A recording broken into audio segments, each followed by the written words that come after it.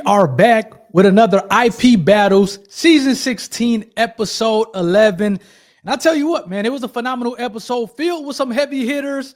And I'm excited to get to it today. So with these battles, for those of you who don't know, and first and foremost, I am your host, Dave, 10-year intellectual property attorney, dealing with everything as you see the shirt, patents, copyrights, trademarks, as well as trade secrets. And I'll tell you what, IP was heavily involved with this particular episode of Shark Tank. So we're doing these IP battles. So two things that I kind of want to look for is number one, what pitch or business do you think is going to be around over the next 15, 20 years? And then what business do you think is going to make the most money? Now, sometimes though, or most of the times, those two questions are answered by the same company, but it doesn't necessarily have to be. One company may have kind of a greater runway for longevity, while the other company may kind of make money. So, or another company may make the most money. So again, it doesn't necessarily have to be the same company, but oftentimes it is the same company.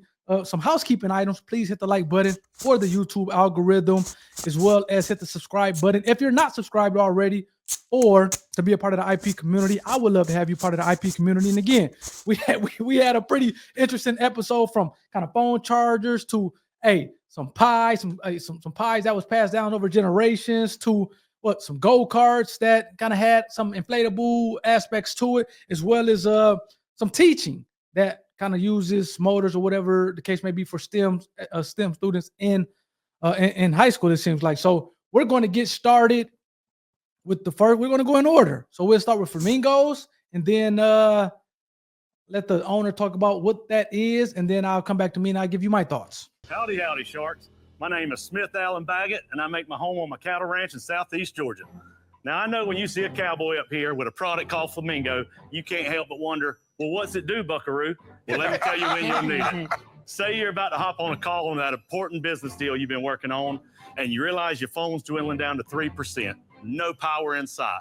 Or you may be down at the local saloon knocking back a few cold sarsaparillas, and before you know it, you're last man standing, and you need to call a safe ride home. Or probably the scenario that y'all all can relate to the most is when you're out on horseback riding a ranch, trying to gather up all the strays, and you need to call back to the bunkhouse for a little bit of backup. But you can't because of a dead cell phone. And there ain't exactly a cigarette lighter charger on your pony old Dan there. Well, that's where this cowboy and flamingo saved today. Introducing Flamingo, a pre-charged phone charger right out of the wrapper. It's perfect for theme parks, nightclubs, sports arenas, vending machines, anywhere people have a cell phone, which is pretty much everywhere. It comes pre-charged. It has a 3-in-1 tip. That's a micro USB, a USB-C, and a lightning cord. So it'll charge earbuds or speakers or any other fancy doodads that city folk come up with next.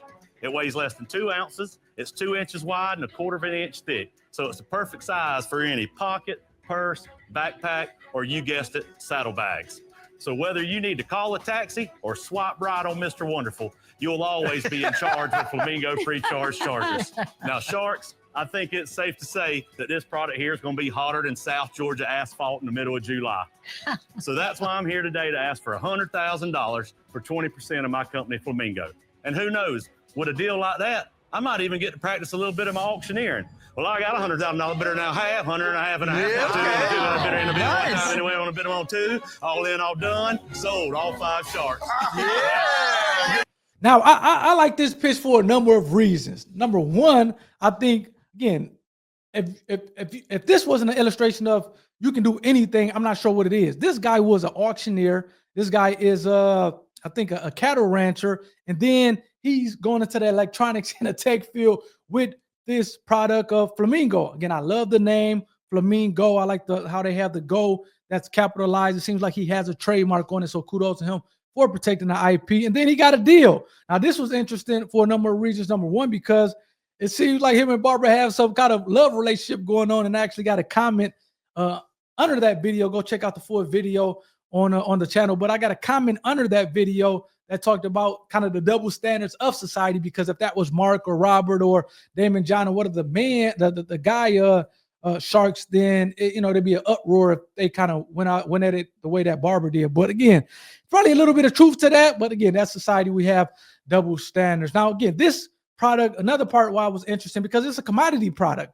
again, it didn't seem like it was anything proprietary about it. Seemed like it was more of a convenient piece, as he said in the pitch. Much like you go to a gas station, you're going to pay $1 for a water bottle, or maybe $2 for a water bottle, where you can get a 40 pack for $2 or $3. It's all about convenience at that point. And again, it seems like this charger is more so of a commodity product and a convenience as well. Whereas you go into the gas station, you don't have any charge or whatever the case on your phone, and you need not only a pre-charge adapter, but one that has the USB to USB-C ports on it, and that is rechargeable. So it seems like it does have some value in the right situations. I would imagine that him being on a farm or whatever the case may be, maybe not close to any charger, this kind of helped him out in his day-to-day job. I know a lot of times these days you have the cars, they may don't have the cable, but they definitely have the ports. And then in some cases, I know I have a Jeep Grand Cherokee L, and that actually has a charge pad that you don't even need a cable. You could just put the phone on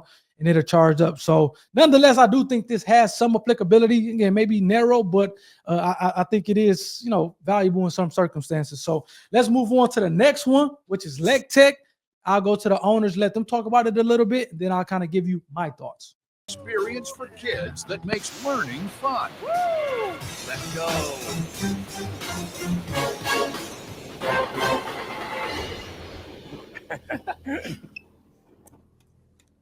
Hello, Sharks. My name is Jared Ebersol. And I'm Luke St. Amant. And this is little Luke, back when he used to have a full head of hair. Oh, yeah? This is little Jared back when he used to have hair. Okay, come on. Sharks, we're asking for $100,000 in exchange for 10% equity in LegTech. Ugh, science class. Traditional science classrooms can be boring, unengaging, and even intimidating for a lot of people. In fact, more than half of students today aren't engaged in what they're learning. Whoa. Come on now, come on. We're here to change that with LegTech. Yeah.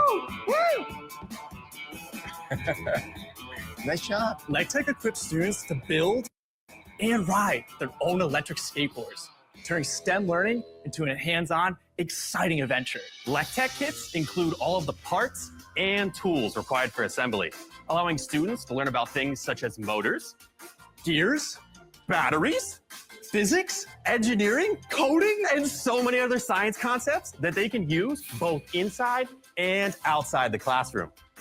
So, Sharks, who wants to help us inspire the next generation of leaders, builders, and dreamers? Now, this was another interesting one for a variety of reasons. Number one, shouts out to them for protecting their intellectual property via a trademark. I'm not sure if they have anything that's proprietary as it relates to the kits themselves, but I love what they're going after in terms of having students being able to kind of build an electric skateboard and learn about motors and batteries and things of that sort. Now, I do think it's other things that out there that's similar. Now, I don't think they kind of build skateboards per se, but just kind of STEM kits and things like that helps high school students or help grade school students kind of learn about STEM and the different parts of it. So I think it was maybe a couple weeks ago, it was one of those companies that were on Shark Tank. But again, I like the fact that they did get a deal. I think Robert gave them a deal. And I love what Lori talked about, whereas, hey, man, you almost have two components of this. You have one that you can give to the consumers, sell to the consumers. Then you have another aspect of it that you can actually sell to the schools or education institutions, which it seems like they were going after the education institutions. And it seems like Lori kind of gave them that idea of, man, okay, that's cool, but you also can go after the consumer products, which I would agree. I think parents buying this for their kids, I think this can be something that is a home run in that regard. And again, they have some wiggle room on $149. I think they said to make $349 it costs for the kit. So they definitely have some kind of good margins there. And let's see here. I like the direct to, I know typically you see DTC, direct to consumer. They had the DTE, direct to education. I would probably, if I were them, look at trademarking that. And again, it was only $1 million valuation, which was I thought was interesting. So again, kudos to LegTech for their product. I think it's going to be something that is going to be around. Let's go to Joy Bells, which I love her pitch for a number of reasons. Let's kind of go to it to see what she says about her product, and then come back to me, and I'll give you my thoughts. Hello.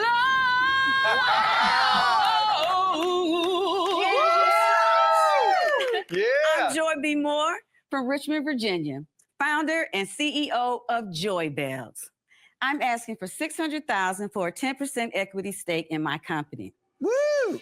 Sharks, let's be honest. You can't just eat at everybody's house or office party, especially during the holidays. Unless, of course, they serving up Joy Bells. Joy Bells is home to that mouth-watering, southern, backwoods country deliciousness, honey. And we get to share that deliciousness with our award-winning peach, pumpkin, and sweet potato pies. Each one legacy recipes from my third great-grandmother and handed down with love, making me and my family the 6th generation to make these family recipes and the 1st generation to turn all of those traditions into a business. Our Joy Bells family of customers are growing us nationwide and have helped us achieve some pretty cool milestones, including Best Pie in the Nation by the American Pie Council. Yes, it's that good. Our mission, to spread love and joy that brings family and friends together with comfort food that transports and inspires nostalgia of your grandmama and them cooking. So who wants to help Joy Bells spread joy one pie at a time? Yeah.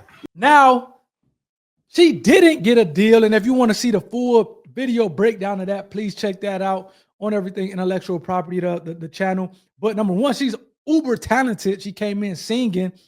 And again, she definitely is trademarking or protecting the trademark Joy Bells. But this was another interesting angle, because to the extent that she's not protecting the trade secret to the pie, she should be protecting that trade secret. And you can do that through a variety of means to keep it out of the public domain and kind of keep it locked away.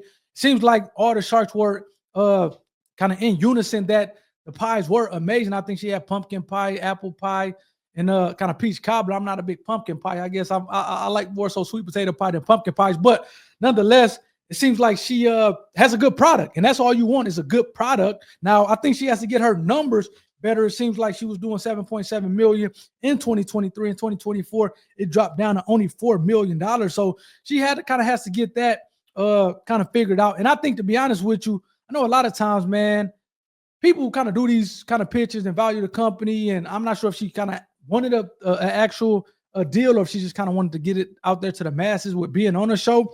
But it seems like the Sharks, all of them were kind of in unison, like, okay, look it, the product is good, but I can't get over your valuation. You want $600,000 for 10%. So that's $6 million valuation, where your sales have dropped to $4.3 million in terms of the sales. And I think you're only getting like 1% of that in profit. So I think ultimately, if she would have kind of valued this thing better, maybe $600,000 or probably $300,000 for 25% or something like that, or 10%, then I think with that $2 million valuation, she probably would have gotten a deal. But I think the Sharks, they just couldn't get over that valuation, the crazy valuation, which ultimately led to her maybe not getting a deal. And it seems like, hey, Patti LaBelle seems like she got a run for her money coming. Again, also another thing that they talked about, man, probably get those margins up. It seems like you have some wiggle room.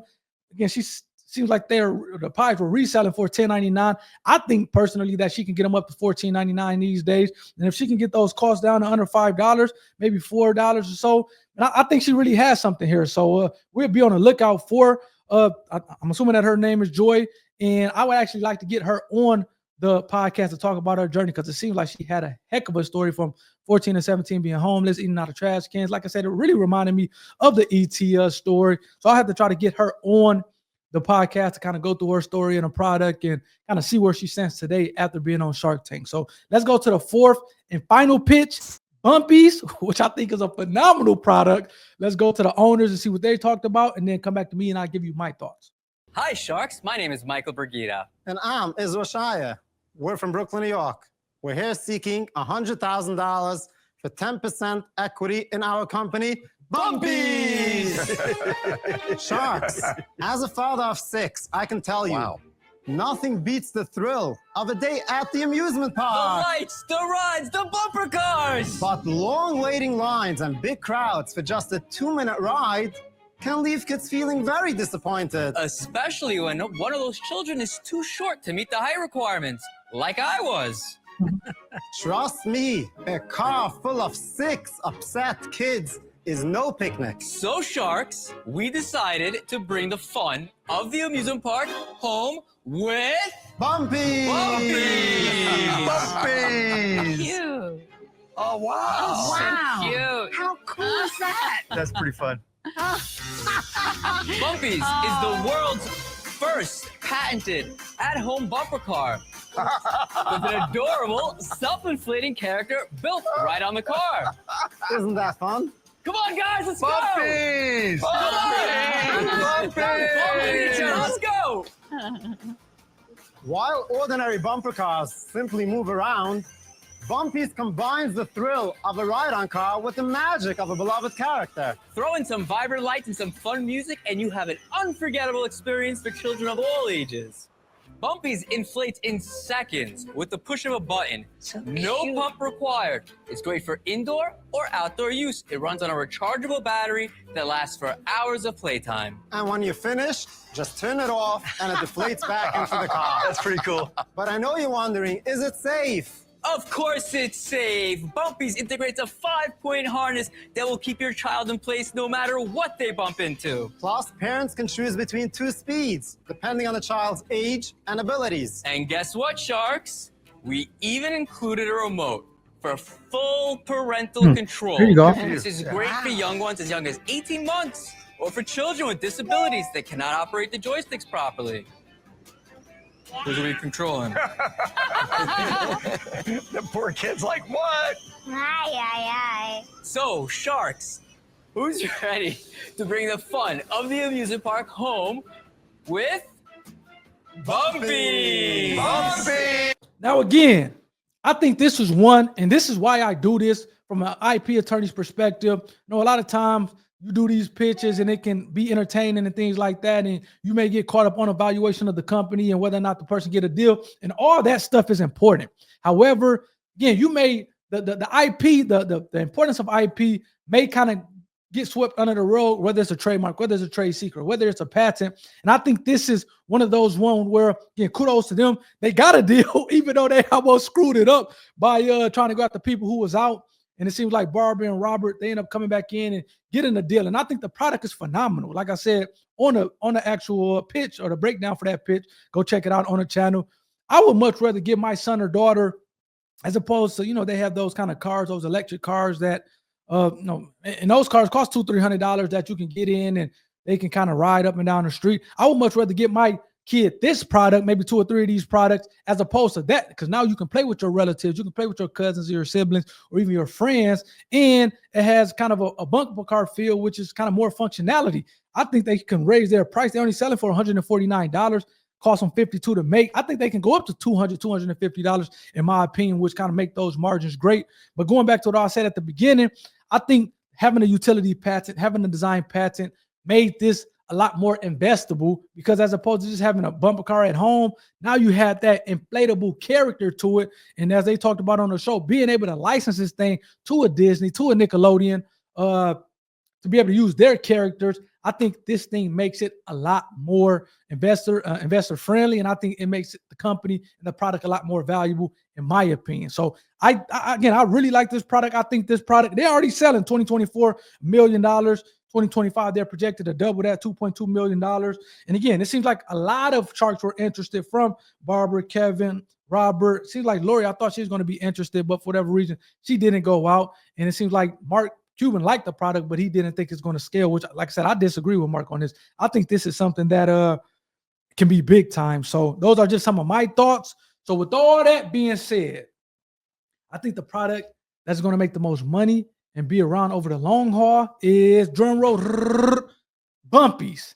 Now they're protecting their trademark as well as their patents, the product. So that is a big part of it, to give them a nice runway to be able to capitalize off the proprietariness of the actual product. But again, I just think to be able to sell this thing at $259 and only make it for $50, I think the margins are great. And again, I think that from a consumer product standpoint, especially if they can get that license to use Mickey Mouse and Goofy and Donald Duck and SpongeBob and some of the kids' favorite Bluey, some of the kids' favorite characters, and I think the parents will definitely buy not only one but a couple of these things for their for their children or kind of the family and friends, compared to buying the typical electric car that, again, you're going to use maybe for a couple of years, and it's kind of boring because it's kind of one-use scenario. So, again, that's just kind of my thoughts. I would be interested in learning or hearing from you guys. Number one, what company do you think is going to make the most money? Number two, what company do you think is going to be around over the next 15, 20 years? You heard my answer. I think Bumpy's is going to be around. I actually like the product. I think a big part of them being around and getting a deal is the fact that they had the intellectual property secured and protected, from design patents to utility patents to trademarks. And again, I think they're going to be kind of a force to be reckoned with, and I think it's going to be a company that hits 8 figures over the next 5 to 10 years. So those are my thoughts. I would love to hear your thoughts in the comment section. Please kind of leave the comments below, and again, hit the like button for the YouTube algorithm as well as hit the subscribe button to be a part of the IP community. Hopefully you guys enjoyed this one. I'll see you guys next week. You guys take care.